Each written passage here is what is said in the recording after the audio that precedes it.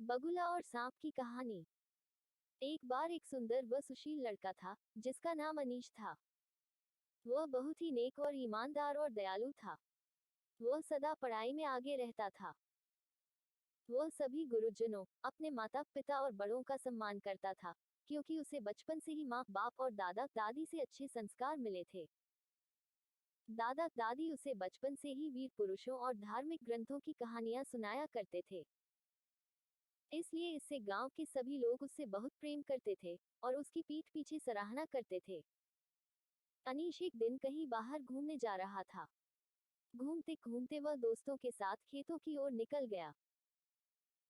तभी उसने देखा कि पास में बने चेक डैम के किनारे एक बगुला बैठा हुआ, एक और टकटकी लगाए देख रहा था। राहुल ने रुककर ध्यान से देखा तो पता चला कि बगुला एक सांप की ओर देख रहा है। सांप भी फन उठाए बगुले की ओर देख रहा था।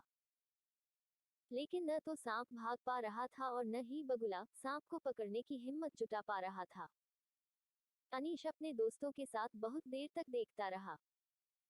जब अधिक देर हो गई, तब अनीश ने अपने दोस्त अमित से कहा कि अमित, बहुत देर हो गई है। हमें बगुला को भगाकर सांप की जान बचाना चाहिए, अन्यथा बगुला सांप को मार कर खा जाएगा। अमित बोला, सांप, मछली आदि जीव जंतु तो बगुले का भोजन है। हमें किसी का भोजन नहीं छीनना चाहिए। अनीश ने जवाब दिया कि अगर सांप के भाग्य में मौत लिखी होती तो यह कभी का बगुले का शिकार हो गया होता। यह सांप हमारे आने तक जीवित नहीं रहता। हमें इसको बचाना होगा। ऐसा कहकर राहुल ने पास में लगे पौधे से एक डंडा तोड़ा और बगुले को वहां से भगाया। बगुले के उड़ते ही सांप तुरंत वहां से हट गया और जल्दी से एक ओर जाकर छिप गया। बगुले ने वहां आने की बहुत कोशिश की, लेकिन अनीश ने उसे वहां आने नहीं दिया। कुछ देर बाद सांप वहीं पास में एक बिल में घुस गया।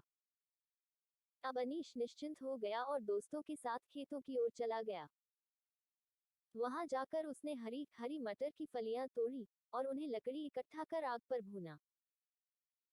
आग पर भूनने के बाद सभी दोस्तों सहित अनीश ने मटर की भुनी हुई फलियां खाईं और फिर शाम होने के पहले ही घर लौट आया। जब अनीश ने सांप और बगुले का घटना क्रम सभी घर वालों को सुनाया तो सभी घर वाले खुश हुए और साथ ही उसे ऐसे मामलों में सावधानी बरतने को कहा। और दोस्तों, हमें जीवों पर दया करनी चाहिए, साथ ही सावधानी भी बरतनी चाहिए।